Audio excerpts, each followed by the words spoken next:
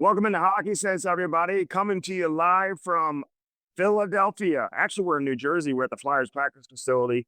The Blues lose last night in overtime once again. I mean, just amazing that this continues to happen to the St. Louis Blues, but it is what it is. They're getting points, and, we'll see what happens, man. They're in the midst of the longest road trip of the season. It's interesting because they play the Islanders tomorrow, and the Islanders are coming off their longest road trip of the season as well. I think they had like 6 or 7 games on the road. We'll talk with Thomas Hickey coming up here shortly. We'll get into the Islanders. We'll talk a little Matthew Schaefer, everything that he's doing. But man, this was a tough one last night. I mean, Blues had a 2-0 lead. They lose the game in overtime. You can almost feel it coming. They give up the goal late in the second period, and then it is what it is. Couple things that I thought were a positive last night, if we want to focus on the positives. I thought Pavel Buchnevich, who's really had a rough go this season, it looked like his game was maybe starting to round out into form. I mean, he played with played with Dalibor Dvorsky last night, also played with Braden Shen. I thought Dvorsky had maybe his best game passing the puck last night. He was dishing these little slip plays, little passes through the stick. He had a good stick in the game. Obviously he didn't score a goal. He's still looking for his first career assist in the NHL, if you can believe that. Hasn't had an assist yet, which is just crazy to me when you think about it. But it is what it is for Dalibor Dvorsky, but he's playing with more confidence. Now we're starting to see him take a little more high risk, make some more higher risk plays, and just do his thing. So, again, positive there for Dalibor Dvorsky. The Blues are still trying to round off their defense, correct the constant mistakes we're seeing that are leading to goals against that are defensive zone breakdowns. And we saw that a couple of times again last night. Tyler Tucker was on the ice for a couple of goals. You can't just blame him. He and, Matthew Kessel just trying to figure things out, although he was on the ice with Justin Falk for the last goal that tied the game up late in the game, which you could maybe just feel it coming. We're kind of at that point now where you can almost just feel it coming. So you got to figure out a way to close things out. As always, Hockey Sense is brought to you by First Community, baby. Sign your son or daughter up today for Little Blues, the best program going. You get everything with Little Blues, including your skates and your stick, all the equipment. Nobody supports hockey in St. Louis better than Little Blues and First Community, who also put on the St. Louis Blues Hall of Fame as well. And you got that coming up in January, too, with Barrett Jackman going in and, obviously a number of other people going into the Blues Hall of Fame this season. Why not forgetting who else is going into the Blues Hall of Fame? I shouldn't be doing that. This is what happens when you just don't have a lot of sleep and you're here on this long road trip. The skies are gray. I know Al Arbor is going in, and Alexander Steen. You heard of him. He's also going in. So listen, it's tough sledding for the Blues. I felt like after the Toronto game that the team was maybe getting some confidence. They felt good about themselves, even though they lost the game. And it's a game they should have won when you consider who Toronto didn't have in the lineup. They didn't have Austin Matthews. They didn't have Matthew Nyes. They didn't have Chris Tanev. You got to find a way to win that game. They had a 2-1 lead in that one. Or maybe they tied it up 2-2 with Dvorsky's power play goal. Regardless, that game goes into overtime, and that's a winnable game for St. Louis as well. But last night in Philadelphia, certainly a winnable game, and the Blues just couldn't find a way to get it done. Jim Montgomery thought the best line in the game was Buchnevich and Dvorsky and Shen. I know Buchnevich has taken a lot of heat, hasn't had a even strength point in like months, but if he plays the way he did last night, then eventually the puck's going to start to go in, and he'll start putting up some points. Same with Jordan Kyrou. I know people don't like to hear it, but Jordan Kyrou, they don't like to admit it to themselves when Kyrou's playing good hockey. I thought he was the best player on the ice for both teams in Toronto, and then he had a really strong game again last night, man. He's getting a ton of chances and, shooting from areas of the ice where he typically scores from, where the puck would typically go in for a guy like Jordan Kyrou, whether it's overtime last night, beautiful pass from Robert Thomas, and he just couldn't elevate it. It was a great save by Dan Vladar. I mean, you got to give the other goalie credit too. He made an unbelievable save on that one. But again, he had a couple right down the middle of the ice, the guts of the ice, and just ripped it, and just couldn't beat the goaltender with no screen in front, which is tough to do in the NHL. But it's something that we've seen Jordan Kyrou do routinely throughout the course of his NHL career. So, but I'm looking forward to getting into the Islanders game. You know, they lost the first 3 games of the season, and I think they're like 12-4-2 over the course of the last 18. They're like for real. People who don't think the Islanders are for real, they're absolutely for real. So again, Thomas Hickey, man, does a great job. You are familiar with his career and everything that he's done over the course of his career. As a big Hockey Canada guy coming up. And now he's doing his thing, doing broadcasting. So we'll talk with him coming up. No Jamal Mayers today, as he is out on assignment, working with the San Jose Sharks. So the Blues have 3 more games to go on this trip. They'll hit the Islanders and the Rangers and the Devils. I'm just curious in the comments what you see as the biggest issues for this team right now and what concerns you. I mean, they got a big power play goal last night. Justin Falk, this is the best I've seen Falk shoot the puck, really, since he came to St. Louis. I mean, he was plus 41 a couple of years ago. He had a monster season for the Blues. But the way he's shooting the puck right now is just really impressive. So, he's got some confidence going. It was a beautiful pass from Jake Neighbors on the power play goal. And listen, getting Neighbors back. It's amazing what happens when you get one player back in the lineup. What a difference that can make. And it certainly was yesterday. You just notice his compete level, winning battles, the physicality, had a breakaway early in the game. I mean, he's just a strong offensive player who just kind of balances out the team. And, he can play at a high level. I want to get you Thomas Hickey, exactly tell you where he was drafted. He was a high pick, I believe. I mean, he was like a household name. I know he didn't play for a long time. He was 4th overall, this guy. Played 456 games. Played the World Juniors for Canada twice. So a really good defenseman. I want to talk to him about his career as well. Get into that. Talk some Matthew Schaefer.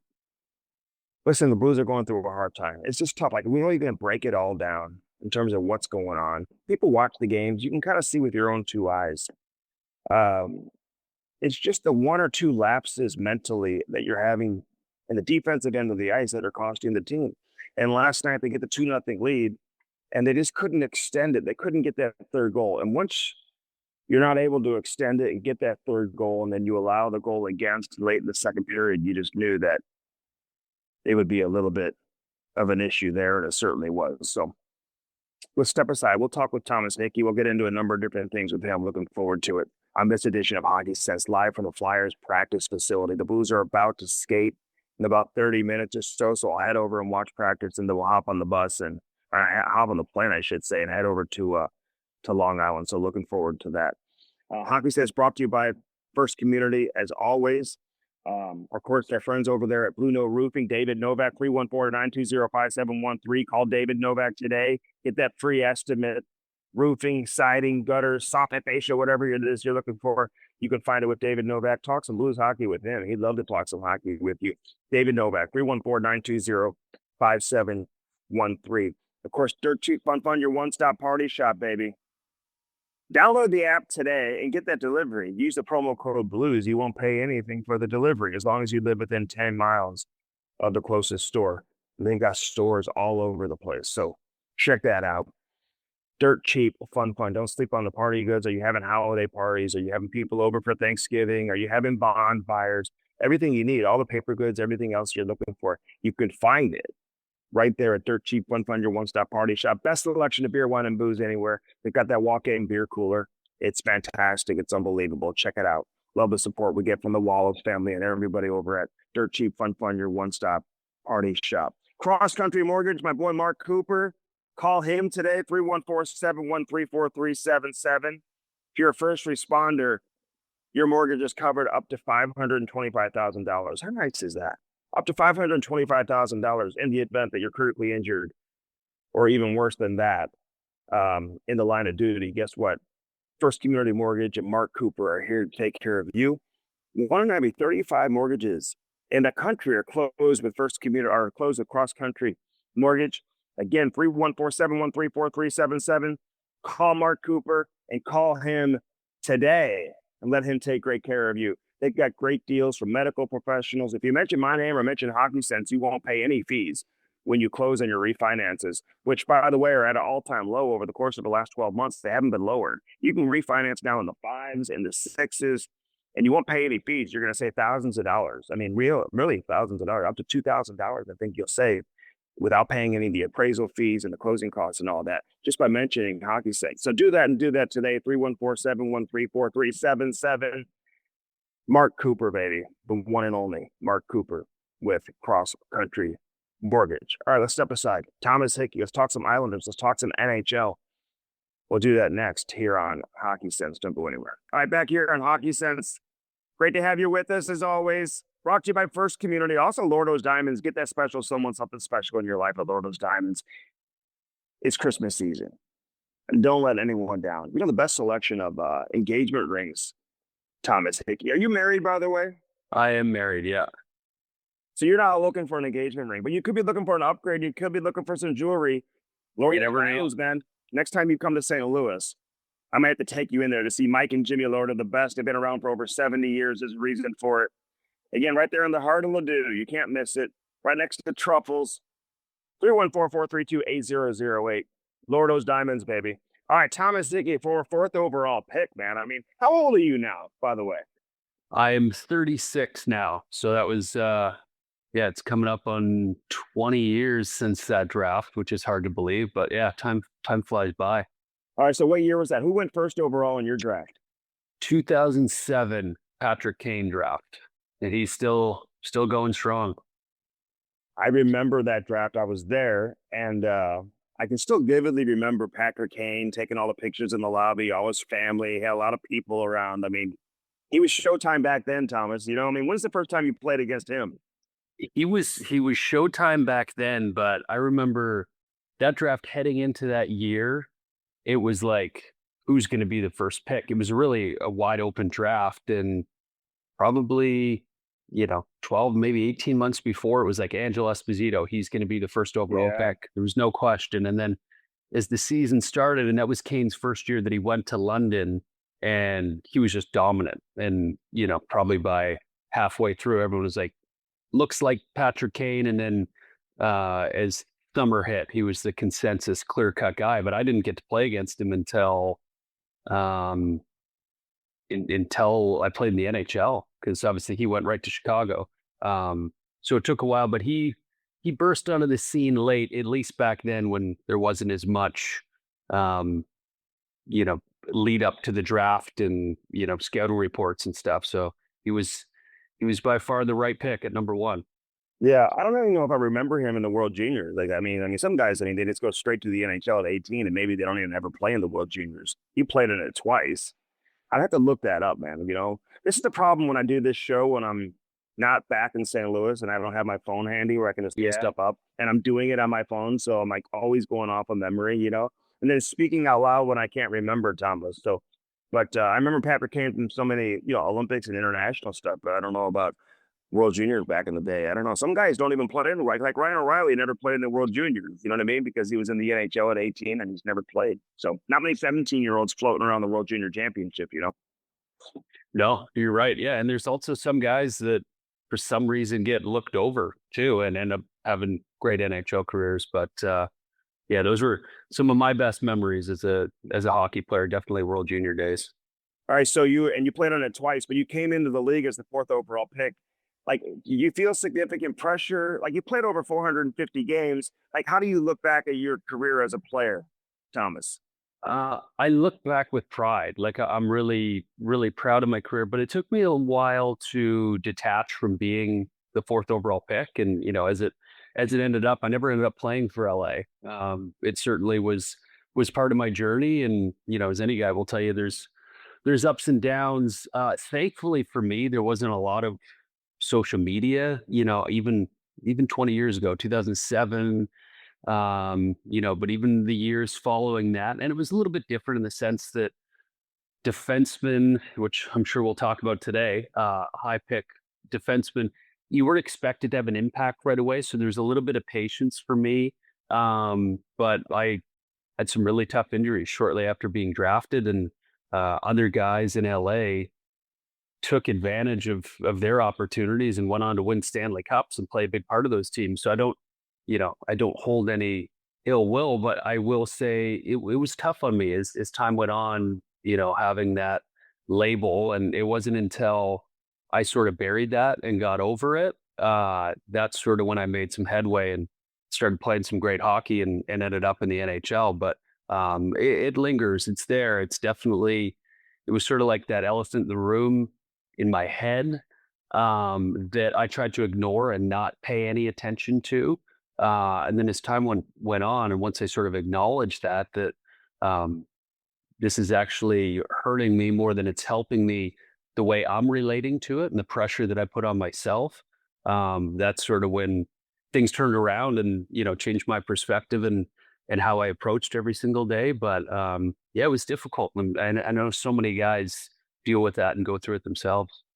Yeah, I know. Andrew Ladd tells some great stories. We had him on, and being in the car with you and being sent down to the American League, and he told some great stories. So people should go check out this interview we had with Andrew Ladd on the Chemistry podcast. It was a great Love Laddie. conversation. Love Yeah, Laddie. we got to get you on there, buddy. We got to get you on there one of these days. Tell your story. I want to save your story for that You got it. for that conversation. But Matthew Schaefer, like, what makes him different? Like, he's dealing with the pressure. He's got the first overall label. And this guy is just like, he's just different, man. What's his story? What's this guy all about? Uh, yeah. I mean, when you talk about feeling pressure, I don't know if he's ever felt pressure in his life. Like this kid, um, once the game starts, and honestly, it just seems once he shows up, he's just so sure of himself. And I don't think there's ever a doubt. And why would there be when you've got the skill set this kid does? He's been he's been sensational, and I couldn't believe it because obviously with him, if there's ever any reason to have doubt, it's because this kid only played 17 games last year in junior hockey, and he was hurt, and so there wasn't a lot of tape or footage on him. And now I look back on it, and I've been saying this for you know a couple months, pretty much since I've seen him play. At the beginning of the year, I was like, you know what, he'll probably get his 9 games, see what he's made of, because the Islanders aren't super deep on the back end, and see what he's made of. And then, maybe he'll probably go back to junior. But we'll see these 9 games. Then I saw him play once in a preseason game, and I was like, okay, this kid's not going back to junior. This kid's going to be here all year. And by, maybe by Thanksgiving, Christmas time, he's going to be like a top pair guy. And then I saw his first NHL game, and I'm like, he's already their best defenseman. And now, with everything he's doing, you're going, hey, he's one of the better guys in the league right now. And he's only going to get better. But it's like the growth from his first preseason game to his first NHL game, and his first NHL game to his third NHL game that he scored. And then all of a sudden you look at it and you're like, where's the ceiling on this guy? I don't think he even knows. He's such a raw talent. But at the same time, like everyone that's listening has seen the highlights of Matthew Schaefer. You've seen him score goals. You've got 7 goals on the year as an 18-year-old, which is, what are we now? We're pre-Thanksgiving. Like it's the 21st of November. That's not what wows me and blows me away about this kid. It's everything else. He's got such a unique way of playing, and I think we are so quick, myself included, to try to compare him to somebody or try to pick someone's game and say, okay, Cale Makar, he was great as soon as he entered the league at 21 years old. So let's compare him to that. Well, Cale Makar deserves his own category. So does Quinn Hughes. This kid's unique. He's got his own game. And what I love about him, like his stick detail, the way he defends as an 18-year-old, like he's got beat 2 or 3 times this year clean, but he never seems to make the same mistake twice. So he learns quickly, but his ability to defend is above average for an NHL defenseman. He's 18 years old. Obviously, what he can do with the puck and his skating ability, it's so far above NHL average. This guy blocks shots. This guy kills penalties. This guy on the power play, where you think for a young kid that's got a lot of flair in his game, you'd expect that to be the area that you sort of maybe see him do too much. He's got this understanding on the power play that less is more, and he doesn't overhandle the puck, and he finds the open guy, and it's not flashy on the power play, but it's so effective. Like, I can't really describe what I'm seeing, because you'd think that all these little areas that he's really good in, those are the things that you figure he's going to take so much time to learn, and that's what's going to make him a great defenseman. The bedrock is there. He's got all of those things. So it's just a joy to watch. Like, I'm blessed and I'm lucky to do color for MSG and the Islanders, because that's part of me. I love the organization and the community, but knowing that I get to see this kid every single game, like, it can be an awful game. There's awful games every year for the Blues, or you're in Philly now for any team. But the silver lining is, like, I get to watch this kid play every single day.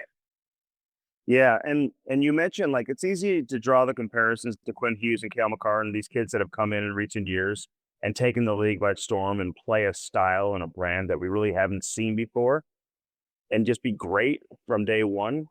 But what separates him from those guys? I mean, is he really a direct comparison from Makar? Is that who you compare his game to? Like, who do you look at and say, he reminds me of this guy, or he's similar to this guy? Is there a player that you would key in on?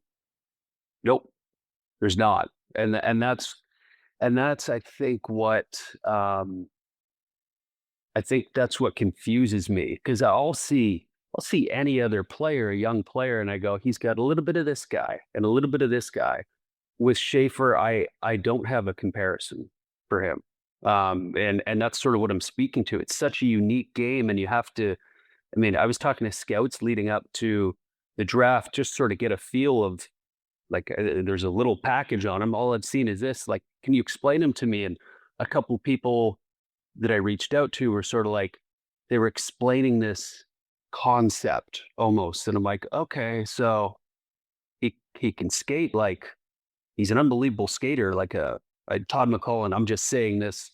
I'm not comparing him. He was like, he can skate like Paul Coffey a little bit. He wasn't comparing his game to it, but that's someone that popped out to him. Well, Paul Coffey hasn't played for a really long time, so that just goes to show that there's this unique element to his game.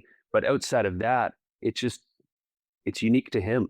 So I don't really have a comparison, but the easy thing when someone is producing like he is and sees the ice really well, yeah, what a compliment it would be to say Hughes or Makar. And there's elements, but overall, it's just such a tough game to pin down, because you haven't seen someone that plays hockey like this before, and you certainly haven't seen it in the NHL at this age. The way he thinks the game, the areas of the ice that he excels in, it's doesn't have a comparison right now. All right, so listen, I got to give the Islanders credit because they're letting them play too. They're not like easing him in. I mean, this guy played over 24 minutes last night in a shutout victory over the Red Wings. So who's that coming from? Is that coming from the general manager, or is that truly Patrick Waugh? Because it seems like a little anti-Patrick Waugh that this early in the season that he's going to hand the keys over to an 18-year-old and say, hey, go ahead and take it and be our driver on the back end, but he's done that. So I got to give the organization a ton of credit for believing in this kid and just letting him do his thing, because he's playing with a ton of confidence, but you don't play with confidence unless there's people that are allowing you to, kind of be yourself behind the scenes. Yeah, I think it's a top-down thing. Obviously, when Matthew Darche drafted him, I think the message right away was, we have no plan. Whatever this kid does is going to dictate what our plan with him is. And at that time, funny, we're talking about it, like, is he going to go back to junior, or is he going to play in the NHL? They just let him decide. And I think they empowered Schaefer. And I think Darche understands the person, because all the things I'm saying about the player, I don't think you can really say about the player until you've seen the person. And Mhm. he's so unique off the ice as well. Like his confidence, there's an aura around him, um, which is, for an 18-year-old kid, but he was born that way, or maybe he's developed this. Um, and I think they knew what they had, and just understood he's going to earn everything he gets. We're not going to come out and say anything's being given to him, but just trusting the person that they drafted. So full credit to Darsh, and with Patrick Waugh, 100%, passing marks um, with high numbers to what was done with him. Early on in the year, it was the same thing. They didn't give him the first power play reps throughout training camp. And at the beginning of the season, um, they sort of put whatever was on his plate enough to see if he could handle it. And then to give him more and more. And already, and, you know, a handful of occasions that's meant playing 25, 26 minutes a night. But yeah, Patrick Waugh, I think, one of his greatest strengths is just enabling his players and letting them play to their strengths and not complicating it. And certainly with Schaefer, I think that's been his attitude, and it's obviously had great rewards with the way Patrick approaches him. Yeah. And listen, I think there's an element of surprise because of what you said. We didn't see him play much in the World Juniors because of the injury, and we didn't see him play a whole lot in his draft year because of the injury. Um, Now he's getting Hockey Canada talk for the Olympics. I mean, do you really buy into that? Like, could you see him making the team? I mean, Doug Armstrong's on the trip right now here with the Blues. I mean, he's the general manager of the team, but like, could you see him cracking that roster, like being a guy who's in the lineup for Hockey Canada in a few months in the Olympics? Yeah, I could. Remember this conversation sort of came up about 5 weeks ago, and I was like, I don't want to touch that because it's not fair. And he's only Yeah, played right. 10 games in the NHL. Maybe there's going to be a drop off, and, um, just really not a fair thing to put out there. And as time's gone on, my stance is he should absolutely be in consideration without question. And when you look at it, like they get to take 8 guys. Um, I'm not saying he should or should not make it because I think they're returning a pretty good group as well. Um, the moment will not be too big for him. That's Mm, one thing I'm sure of. And I think when you look at a stage like that, um, your biggest worry was we don't want to put this kid in a bad spot. He's great and talented, but maybe it's too much too soon, or the moment's not going to be too big for him. I know that from watching him already and seeing the way he carries himself. Um, so that's a factor in my mind that you don't have to deal with. This kid's not going to be, oh my God, I'm playing with Sidney Crosby and Nate McKinnon and Cale Makar, and I'm playing against the best in the world, and there's all this pressure. Um, Non-factor. That just brings out the better side of Matthew Schaefer. Um, when you talk about, having 6 guys playing in that first game, you know, the fact that Canada's left side is pretty strong. You think of the likes of Morrissey and Taves and a guy like Sanheim that plays both sides. And then Shea Theodore, which last week when the Islanders played Vegas, like those two went head to head. Theodore was outstanding. Um, I think less about him bumping someone out and more about him being there and knowing that you've got this wild card that you could throw in if you do decide to put him on the roster. You could throw him in, and he is a wild card, and not a wild card. And you don't know what you're. It's sorry, he's an ace up your sleeve. Like you have this guy, he's powerful. He's waiting. If you do pick him, so I won't be bummed out or think it's a bad decision if he's not on there because in Canada so many great defensemen. I also wonder how good is Matthew Schaefer's game going to be in February as we sit here in March, and I'm talking about his incremental improvements game by game, month by month. He's making a good case, and I'm glad he's in consideration. yeah. And listen, the World Cup's 2 years from now. I mean, he continues on this pace. I mean, he's a lock to make that team 2 years from now. So it's just a matter of, hey, how quickly do you want to get him in? I look at Celebrini, the same type of situation. Celebrini, to me, would have to play his way off the roster based on the way that he's played so far this season. And it's like, hey, just get it going with these guys. The next wave of Canadian players, these guys are going to be the face of Hockey Canada for years to come with Cale Makar and some of these other guys who are still young. So I mean, it wouldn't bother me at all. I love the conversation, and I love the fact that he's played his way into that. And he's been through so much personal adversity. I think that's what leads to maybe his, I don't think anything's too big for him because he's been through so much that I think he just knows how to handle whatever is thrown his way. So, what about Patrick Waugh? Like, how much confidence is he given to this team right now?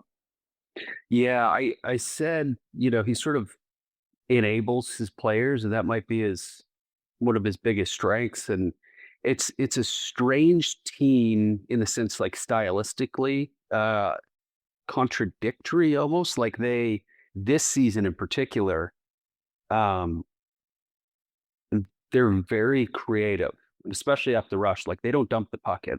And if you would have told me that at the start of the year, I'm like, if this team thinks that they can just come up the ice all night and make plays at the offensive blue line, it's going to be a long season because they're going to give up so much going the other way.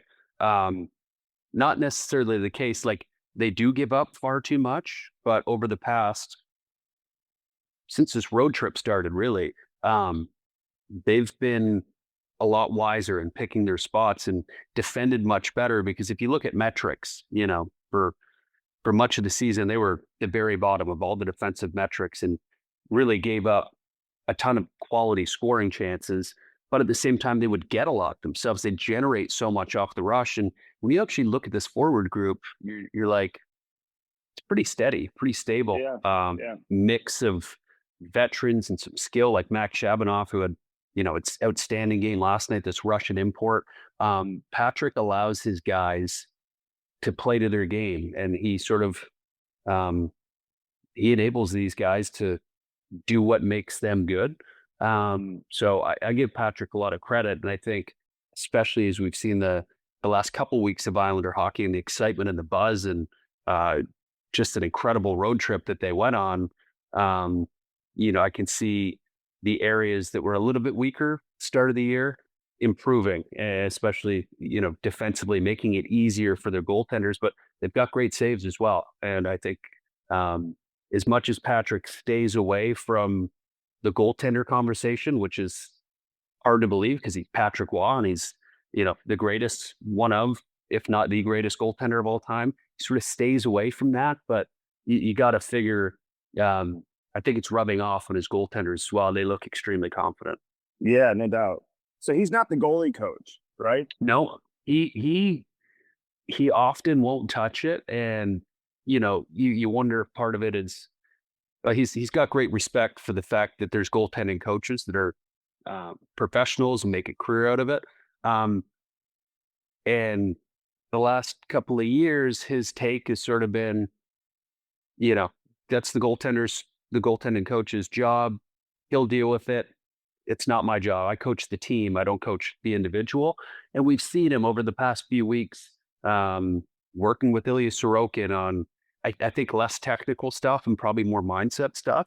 Um, and I think that's benefited a lot. But I think I don't want to speak for him. I think he views the position um, less about the technical aspect of an Ilya Sorokin and more about the presence and what he's seeing when he looks at the guy, not how the pucks are going past him, what his eye sees, and no one sees it better. And I think, I think Sorokin's made huge improvements on just, you look at his body language and you're like, that guy looks like he's going to be tough to beat tonight. Whereas other times when he's struggling, you look at him and didn't quite look like the standard that he set. I think Patrick's been a big part of that. Yeah. I couldn't imagine being a goalie coach under Patrick Waugh. I'd be like the power That'd play be a- coach under Wayne that'd be tough. Gretzky. You know what I mean? Yeah, It's no like, kidding. Yeah. What'd you think of the Rantanen hit? Um, it was really unfortunate. I don't think there was intent. At the same time, it's an extremely dangerous spot to put a hit or body contact on somebody. Um, I think if there's 2 minutes left in the hockey game, it's not sort of a desperation time. I don't think that play happens, but I think you get into the final moments of a game um, with a goaltender pulled and you become a little bit more reckless and you lose yourself. It was an awful hit. I don't think it's intentional, but the Islanders. We'll see how long Romanov's going to be out, but it was ugly, and I hate to see a guy in that much notable visible pain. And what transpired after with Patrick yelling at him. I mean, that's the Patrick Waugh that I'm not always a big fan of, like the coach player interaction from opposite teams, but that's the fire that his group is playing with right now. So it's contagious. I know, I love it. And I listen, I've seen Patrick Waugh and Ken Hitchcock go at it when he was coaching in Colorado. I mean, years ago. I mean, it's just like that's who he is, though. He's not being phony or whatever. No, He's being no, pretty not at all.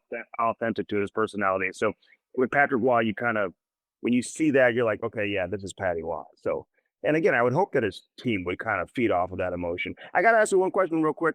My boy Scotty Mayfield, St. Louis kid, he's like leading the league in like penalty minutes. Like, did he had a couple of like tens? Like, what's going on here that he's leading the league in penalty minutes?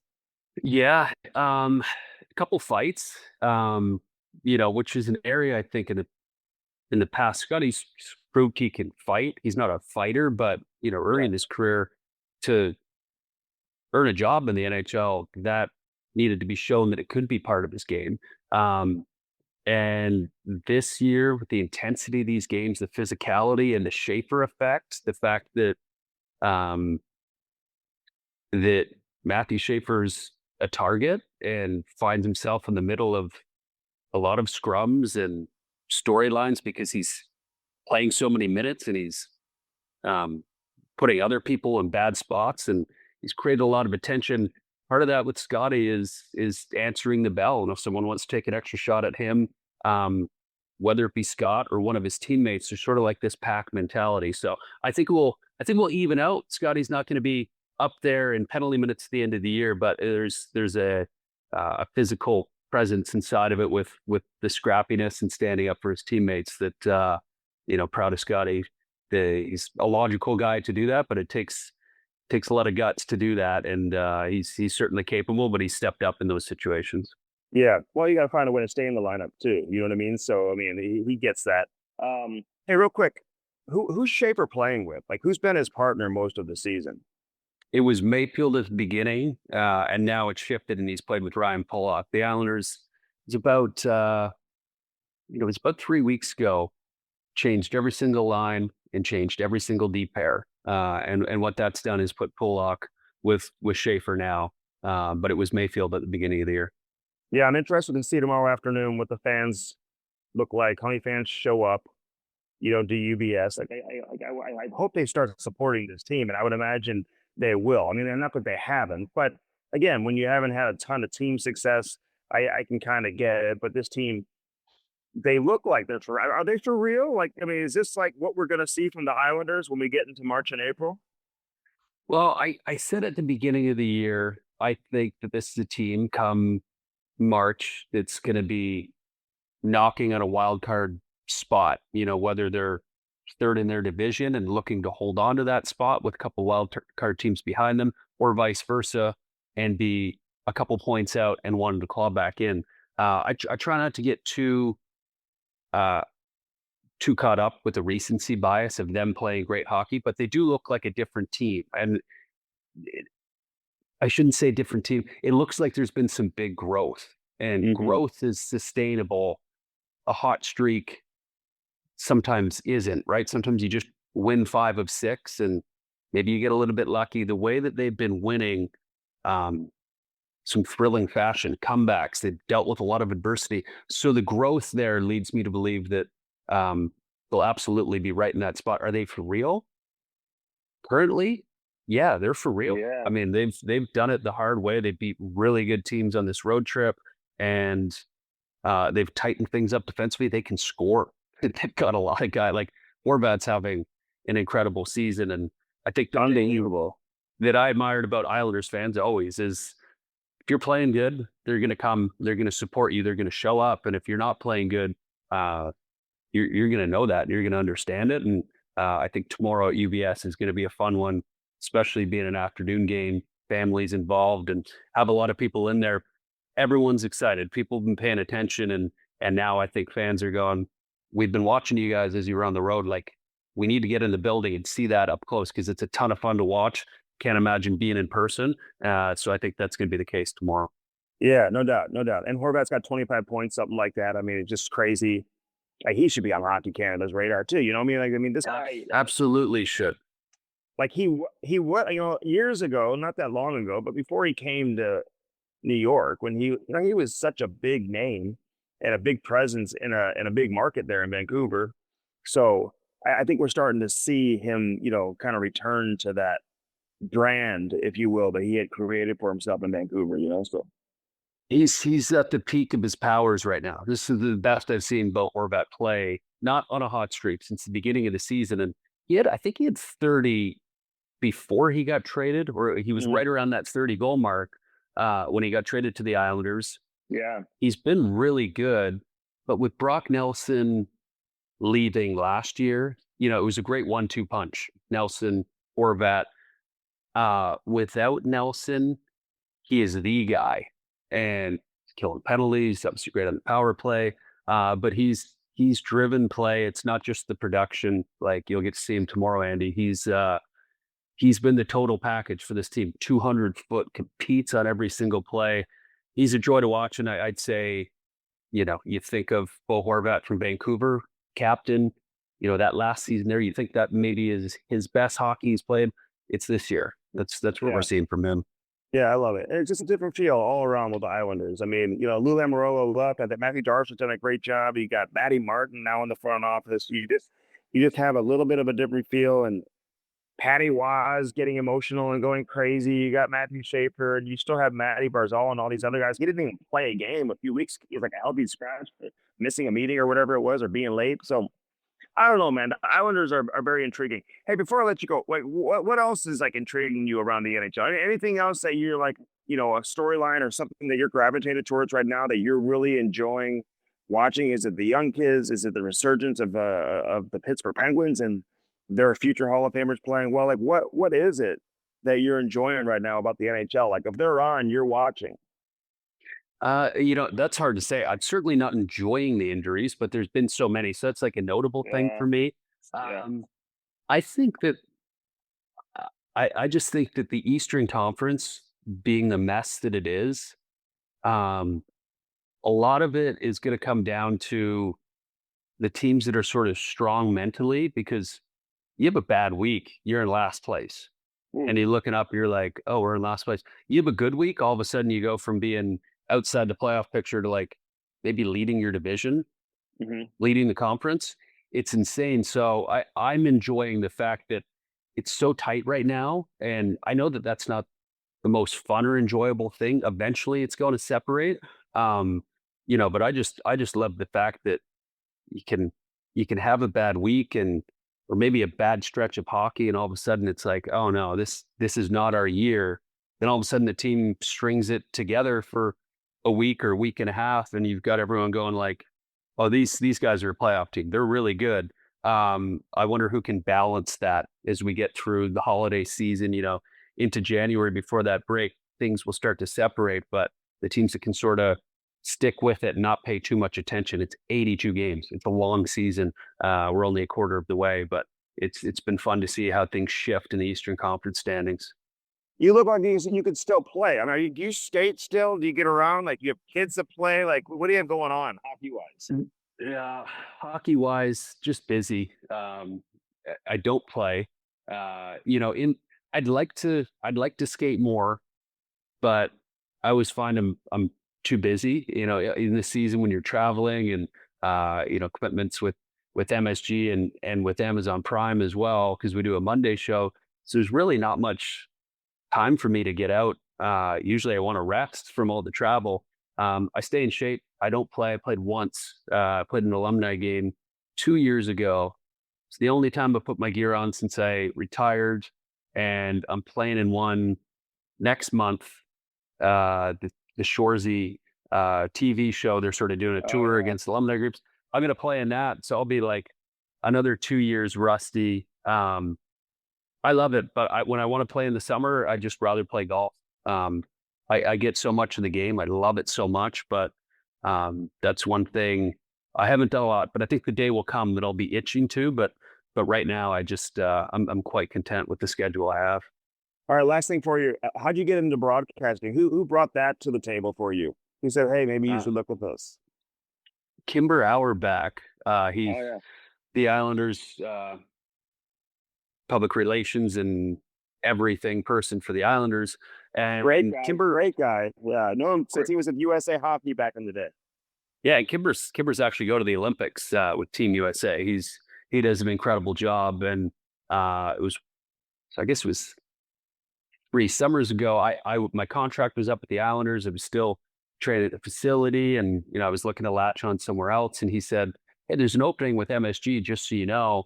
And I said to Kimber, like, "Oh, sweet, yeah, I could be interested in that, and someday." Not really understanding that he's like, they want someone for next season. Like, if you're not going to play, maybe you should do that. And I was like, yeah, I'll let you know if I'm interested. And sure enough, like 3 months later, I went on a camp, PTO to New Jersey, didn't make it. And the next day I was like, I'll just pick up the phone and call. But if Kimber didn't put it on my radar, um, might have missed that opportunity. These are fun, coveted jobs. And sometimes someone gets one and they can have it for 30 years, right? And you don't get your foot in. And obviously, it was the perfect um, relationship that I have with the Islanders, where our fans love Islanders and former Islanders. So there was a fit there. But I'm just grateful Kimber put it on my radar, and thankfully, I was wise enough to know when time was up and give a call right away. And I've been loving every minute of it since then. Yeah, well, you're doing a great job, man. You working tomorrow? I'll be there tomorrow. Yep. Afternoon hockey, man. I love that. So It's a rare Wednesday. 3:30 start. Yeah, there's threes, there's twos, there's one 3:30. I think that might be a new one for me, but I don't know about you. I mean, as a broadcaster, give me afternoon hockey all day. I love an afternoon All game. day. Yeah, get my work done today, and then you just show up tomorrow and see what happens. I know, I love it. All right, I'm looking forward to a good game tomorrow, man. The Blues are playing better as well. They can't listen. They've had a rough go, but they're getting points almost every single night. They're having trouble just kind of getting that next goal. You know what I mean? Like they're getting a lead, seeing it evaporate, and they just can't extend it during the course of the game, and then having some late game meltdowns. And they haven't won yet in overtime either. I think they had 6 games go past regulation, and they haven't won any of them, shootouts and overtime games. So um, they need a win.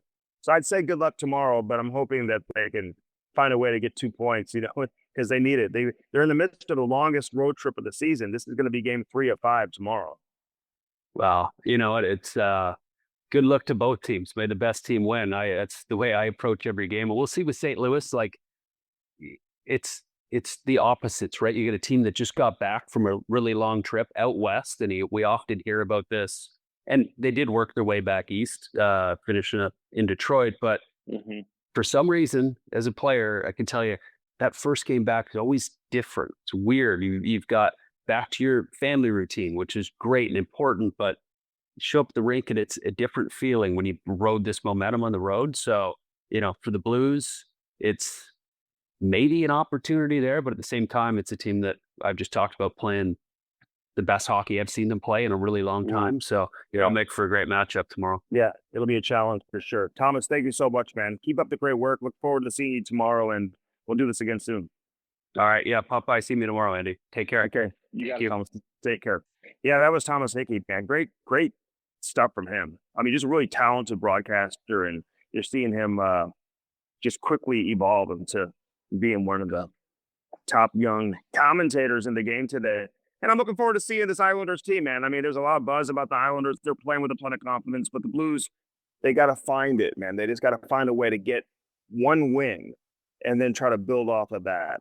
And, they've gotten points in both games so far on this road trip. They haven't played bad hockey. And if you're watching the Blues from a lens of reality, yeah, they've made some mistakes, and yeah, there's been some breakdowns, but there have been some positives, and I think more positives than maybe what we've seen from this team throughout the course of the season. And their goaltending's been spectacular with Joel Hofer. I mean, this guy was so good last night, deserved the victory. But it is what it is. You know, I mean, you just got to find a way to get that next goal. The Blues had so many chances to get that third goal, and they just couldn't do it.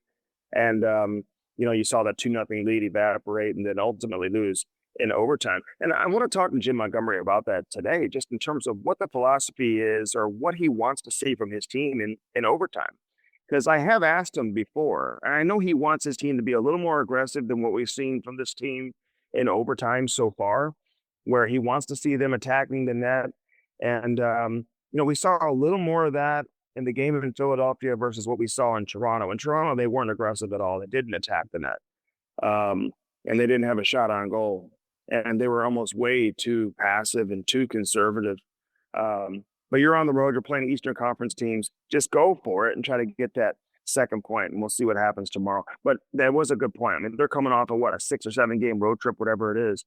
And now they had that first game back home. You always hear from players, man, the first game back home after a long road trip is always a difficult one. So we'll see if that's the case tomorrow.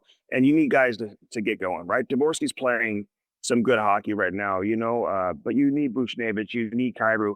And Kyrou's played some great hockey. His best hockey of the season. But again, you judge top 6 forwards, you judge great players based on production. So are you producing? And if you are producing, then obviously you're going to get that recognition. But if you're not producing, and then it's always, hey, we need more, even though he's playing some great hockey and skating and handling the puck as well as I've ever seen Kyrou handle the puck.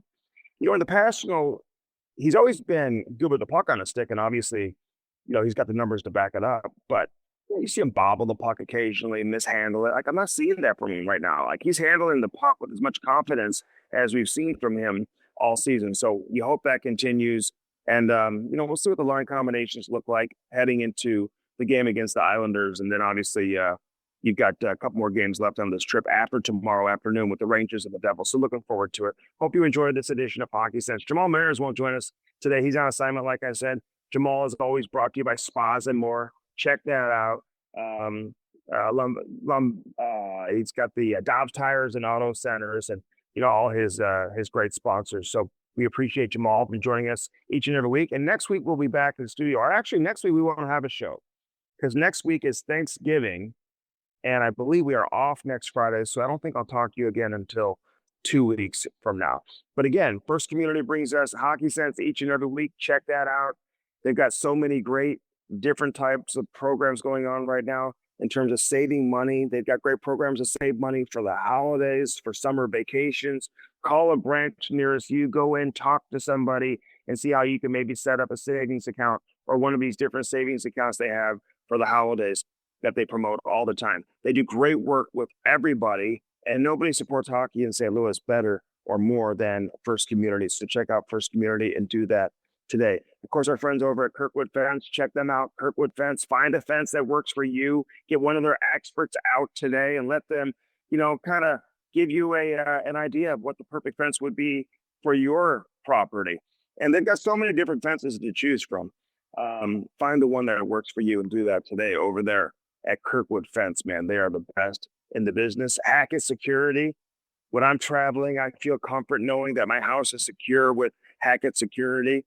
They've got everything. And, you know, they secure a lot of government programs too. So a lot of government officials, top secret, sealed documents are secure with Hackett Security. If you need security for your business, or if you're a government official, or for your residents, do it with Hackett Security and do it today.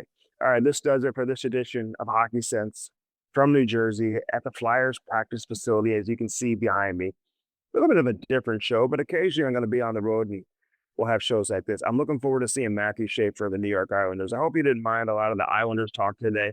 They're a hot ticket right now in the NHL, and looking forward to seeing them play tomorrow. We just saw Toronto. Everyone's speculating about trades for the Blues. I don't know what's going to happen. You've got the Texier situation right now, which is a little bit of a weird one. We'll see how that plays out with Alexander Texier. But what that tells you is that Dalibor Dvorsky isn't going anywhere. He's going to be here for the rest of the season, it looks like, unless he really hits a wall at some point, which you just can't forecast, and you don't see that happening with him. He's gaining confidence. I loved his one-timer against the Maple Leafs. I mean, just a great shot on the power play. The Blues power play now is like 7th in the league. So, again, they just got to get the goals against down, which we've seen over the course of the last couple of games. They're not allowing as many goals as they were earlier in the year. The goaltending is getting better. So, we'll see what happens here against the Islanders tomorrow. I got a good feel. I had a good feel against the Flyers yesterday. I thought they were going to come out of that with 2 points. So that was a tough one. But the best part about the NHL is you get to turn the page and play another game. So looking forward to the game tomorrow against the Islanders. All right, for everybody affiliated with Half Coast Studios, for Jamal Maris who's down on assignment, for Thomas Hickey who joined us, for Aiden back in studio, I'm Andy Strickland, reminding you to keep your head up and your stick on the ice. Live from Philly. Actually, we're in New Jersey. On our way to New York. The road trip continues. I'll see you in 2 weeks. Have a happy Thanksgiving. And thanks for supporting Hockey Sense as always. Have a great weekend, St. Louis.